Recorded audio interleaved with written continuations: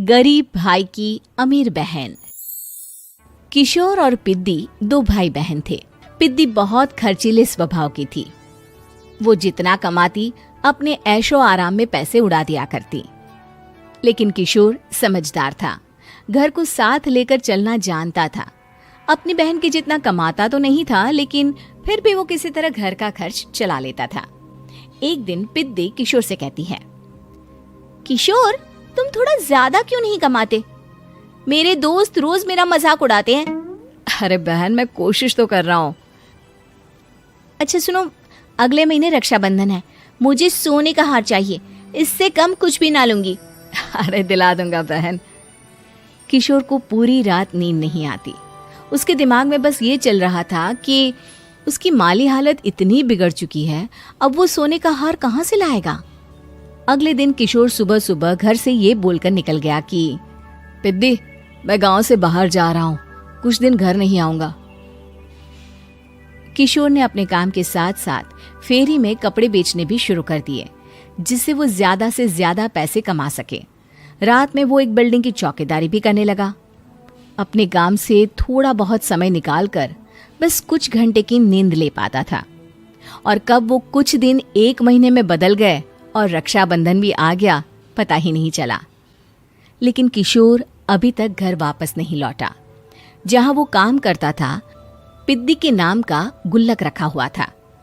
किशोर ने उस गुल्लक को फोड़ा और सारे पैसे इकट्ठा करके एक सोने का हार खरीद लिया। घर में पिद्दी किशोर का इंतजार कर रही थी। तभी किशोर आता है। कहाँ चले गए थे?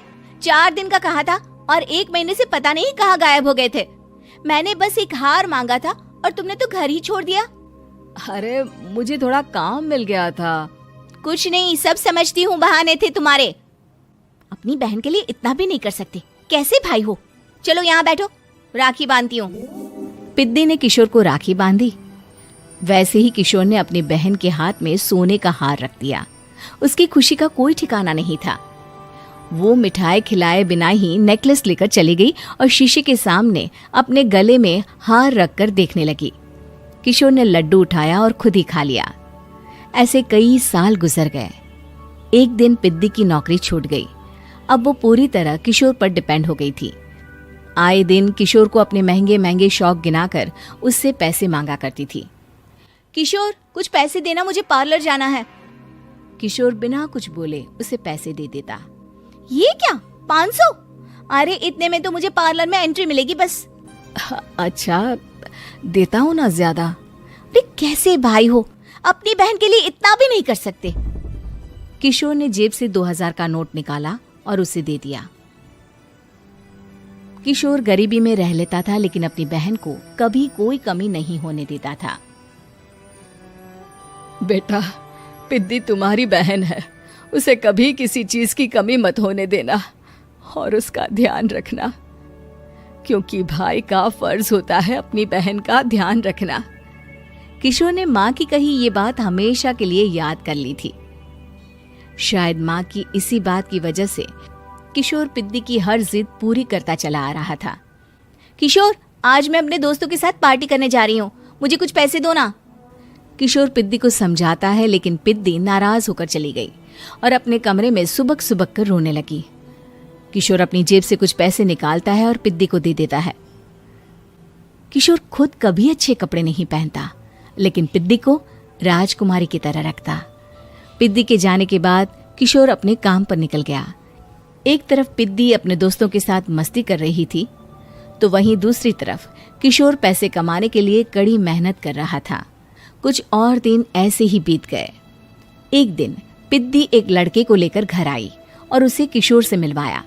किशोर, मुझे इस लड़के से शादी करनी है, लेकिन इनके मम्मी पापा बोल रहे हैं कि उनको दहेज में एक कार चाहिए, तभी वो मेरा और पंकज का रिश्ता कबूल करेंगे।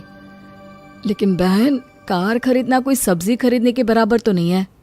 अरे कैसे भाई हो तुम, अपनी बहन के लिए इतना नहीं कर सकते? देखो, मैं ज्यादा इंतजार नहीं कर सकती, तुम्हें 1 साल में मेरे लिए कार खरीदनी ही होगी। अच्छा पंकज, एक काम करो, कल तुम अपने माता पिता को घर बुला लो, मैं उनसे तुम्हारे और पिद्दी के रिश्ते की बात कर लेता हूँ। अगले दिन किशोर के छोटे से घर में पंकज और उसके माता पिता आते हैं। बेटा, तुम्हारी बहन ने हमारी शर्त तो बता ही दी होगी। जी बेटा, तुम तो इतने छोटे घर में रहते हो, दहेज कहाँ से लाओगे? मैं अपनी बहन की खुशी के लिए सब कुछ कर सकता हूँ। पंकज और पिद्दी का रिश्ता तय हो जाता है। किशोर अब अपनी क्षमता से 4 गुना ज्यादा काम करने लगता है। सुबह सबके घरों में न्यूज़पेपर फेंकता, दिन में मजदूरी करता और रात में चौकीदारी करता। खूब मेहनत करके किशोर ने अपनी बहन की शादी के लिए पैसे जुटा लिए।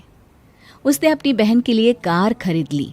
जब वो पिद्दी के ससुराल वालों से मिलने गया तो उन्होंने किशोर से और पैसों की मांग की। इस बार किशोर हार चुका था। पिद्दी माफ करना, मैं तुम्हारी शादी उस लड़के से नहीं कर सकता। वो लालची लोग हैं, उन्हें सिर्फ पैसों से मतलब है। देखो किशोर, मैं पंकज से ही शादी करूंगी। क्योंकि पिद्दी ने तो किशोर की बात न मानने की जैसे कसम खा रखी थी। किशोर ने पंकज को घर बुलाया। पंकज, तुम अपने माता पिता को समझाते क्यों नहीं हो? भैया, वो हमारी शादी के लिए मान गए, मेरे लिए तो यही बहुत बड़ी बात है। हम एक काम कर सकते हैं, दहेज की रकम में से कुछ पैसे मैं आपको दे देता हूँ। अरे लेकिन समाज वाले क्या कहेंगे? अरे जब दुनिया को पता चलेगा तब ना। अच्छा, कुछ पैसे मैं अपने मालिक से कर्ज में ले लेता हूँ। कुछ पैसे पंकज देता है, कुछ वो कर्जा लेता है और अपनी उम्र भर की कमाई वो अपनी बहन की शादी में लगा देता है। आखिर में पंकज और पिद्दी की शादी हो जाती है।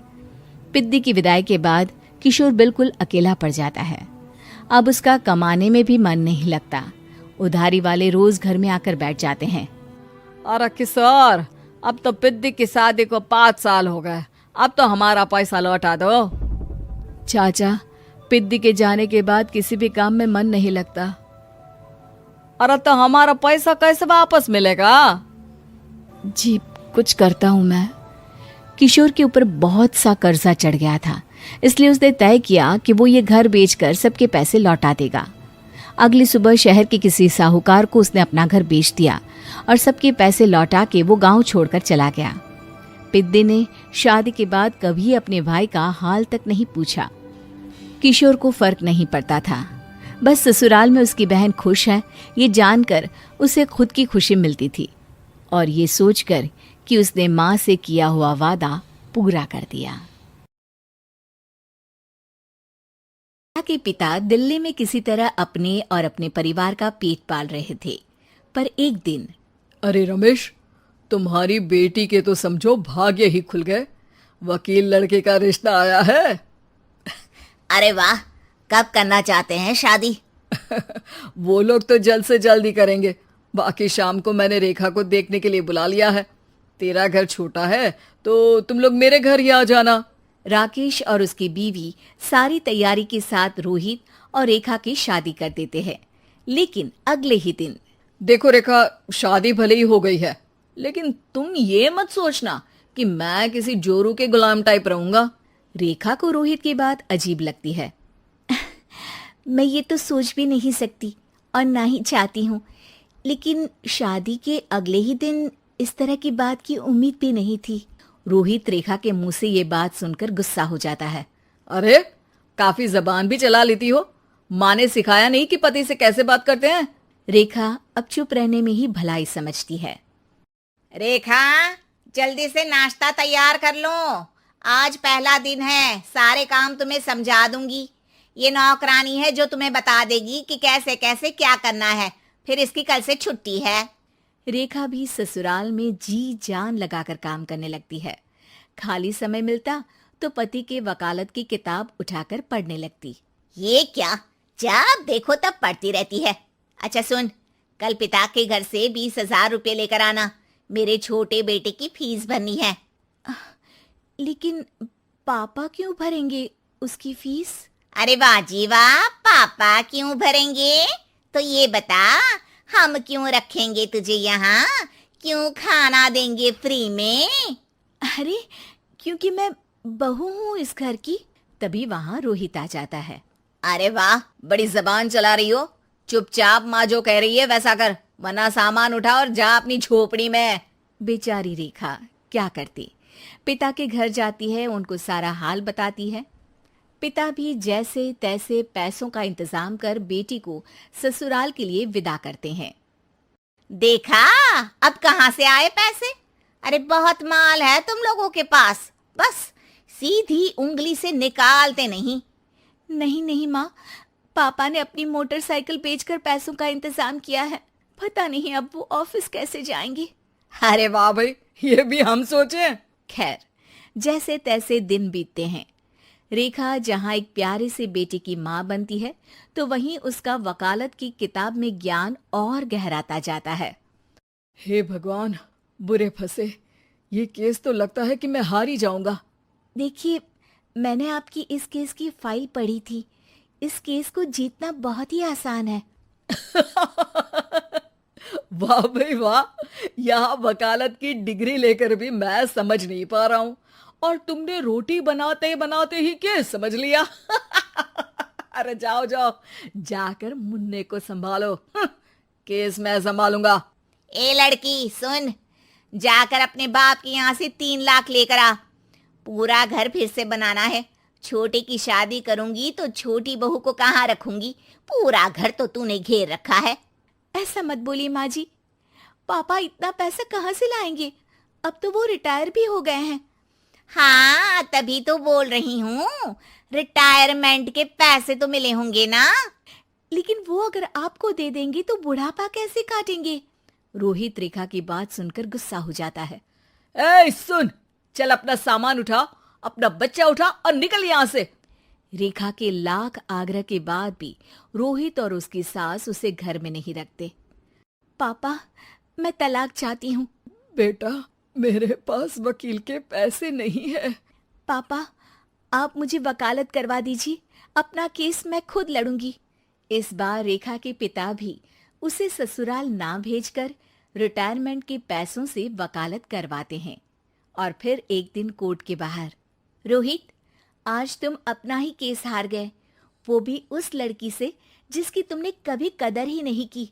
रेखा, मुझे माफ कर दो। मैं इतनी बड़ी अमाउंट कहाँ से लाऊंगा? मैं हर महीने पैसे नहीं दे सकता तुमको। पैसे वहीं से लाना जहां से तुम मेरे पापा को लाने के लिए मजबूर करते थे। एक पिता अपनी बेटी की शादी उसकी खुशहाली के लिए करता है, ना कि सारी जिंदगी कर्जदार बनने के लिए। अरे, मेरे ही बेटे की किताब पढ़ पढ़कर ज्ञान बांट रही हो। वकालत की किताब तो ससुराल में ही पढ़ी थी ना। बिल्कुल, यहाँ मेरी गलती रही।